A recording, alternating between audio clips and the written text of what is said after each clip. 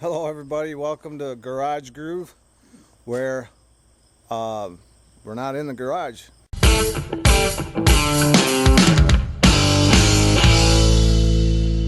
We are out here in Andover, New York, and we're surrounded by about 90 miles of ATV and dirt bike trails. We brought our bikes here.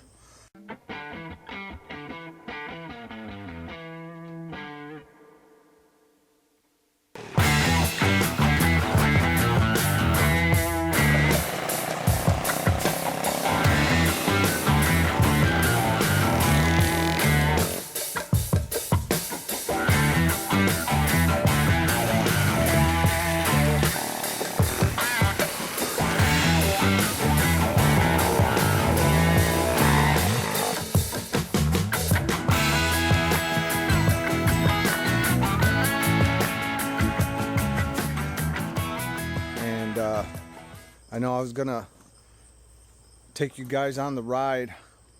I thought my helmet cam was on and it wasn't, so I was gonna take you out on another ride, but we just got back from a couple-hour ride, smashed my brakes on the Frankenstein. So let's see what happened here. A rock came up. Bike runs awesome though. The bike came up, or a rock came up and smashed this. So,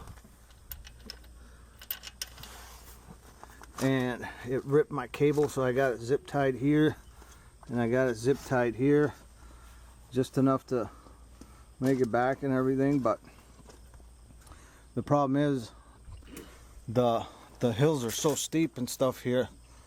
You just cannot safely ride without front and back brakes. So we're definitely coming back. We're gonna fix that with a reinforced piece of steel.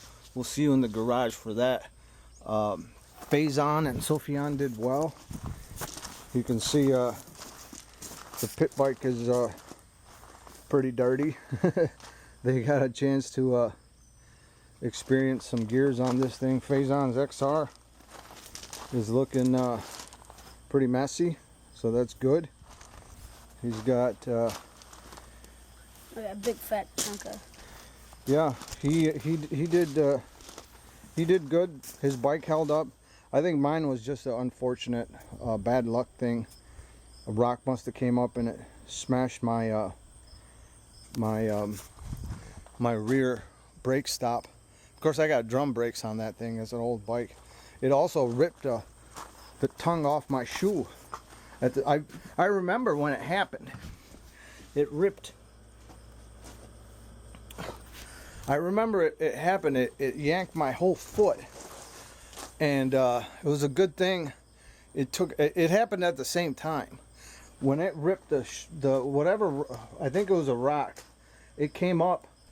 The same rock did all that damage, and you can imagine if that would have hit my ankle or something, it would have probably smashed it. So it was a good thing it took out whatever it did on the Yamazuki and took my shoe out too, but my ankle's fine.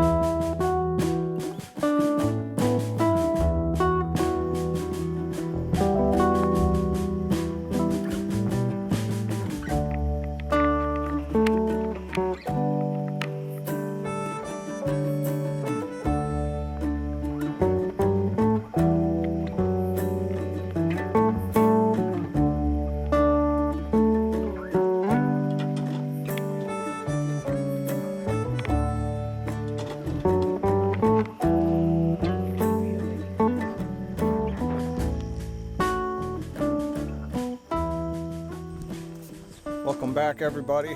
So as you guys know, I explained my brake situation on the old Yamazuki.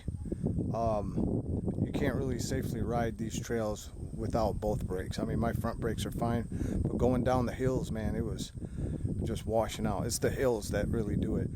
So anyways, we were kind of rooting around through some of these roads and stuff, and we found a really nice path where it doesn't have steep hills. So we're gonna take you on those hopefully in the morning. We're done riding. We just got done riding.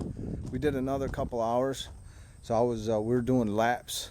They're maybe about a half-mile laps or something, quarter-mile laps, and it's a really nice path. It's still in the confines of the park, so it works. And my brakes aren't as much of an issue there. I can use front brakes for that, and it works. Some of the internal trails and paths you just can't do because they're rocky, steep hills and steep declines. So you really need both brakes working. And although my front brakes work good, my rear is shot, as you guys saw it. So we're gonna try to take you on this other ride in the morning when we do that, and I'll be sure to have my helmet cam going for that. So we'll see you on the Yamazuki in the morning.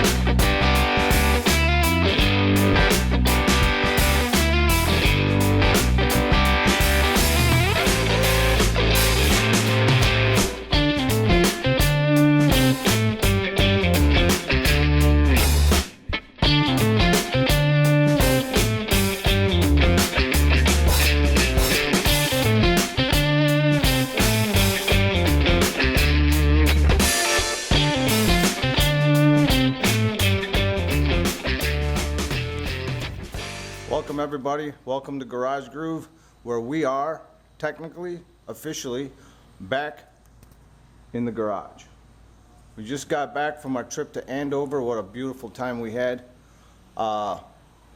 We just got done loading the bikes. That bike, as you guys know from the trip, it took a beating, took a hammering. We're gonna talk about that for a minute, and what a great place this was, though. Andover, New York. There's a Tall Pines ATV park. It's got nearly 90 miles of trails, and we're gonna go pretty soon. We're gonna go back to that. But we need to update on the Yamazuki. As you guys know, we lost brakes on day one there, the back brakes. So then we took it out.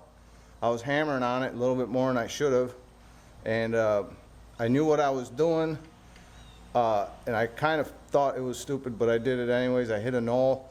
I must have grabbed maybe 4 feet of air at the most, and when I came down, I cracked that swing arm. So this bike proved that it is not a motocross bike. We had talked about whether we could race this thing or not, and you can see that crack. The answer to that question is no, you cannot race this. You could not even, it's just too heavy. It's too heavy, and what saved me was this, the way that fracture is there is nothing that would have stopped that from cracking all the way through and possibly cause a catastrophic disaster. You know, I could have wrecked. But I don't know if you can see it. You probably can't. There's another piece of steel inside that stopped it from breaking. So that steel did its job. So we have to figure out what we're gonna do with this bike. I mean, we're definitely gonna fix it. We're gonna fix it properly. Now that we know what it entails. I don't know. What do you think our options is? We have to do something about that. We have a couple of options. I mean, I can fix it and patch it and put another square stock on it. You can't do jumps. You can't. You're still limited as to what you can do with it, and you're always going to question whether, you know, did I do it right, or is it going to hold up, or whatever, you know. The other option is to take the swing arm completely off. I can take it to a machine shop, see if they can, you know, restructure it so it's better. I looked on eBay. There's absolutely nothing available for SP500 swing arms or DR500 swing arms. The other option is, and we'll continue making this more of a Frankenstein, is I have a Husqvarna frame. It's a rolling chassis. It's from the late 70s. It doesn't have a motor. We can stick this motor in that and build that. That could be a nice project. The only problem with that is jet bikes are left side sprocket, and this thing is going to be on the right side, so that's going to pose an issue. We'll have to flip the tire around and deal with all the issues that come with that. So otherwise, these guys' bikes did really good. You know, everything held up nice. The boys did some good riding. It was their first ride like that. The second one, they're going to do even better because they're going to know what to expect. Sophian's bike's a Chinese bike, one of those pit bike things, and that thing even did good. It hauled them around everywhere, up some of the really steep embankments and all sorts of stuff.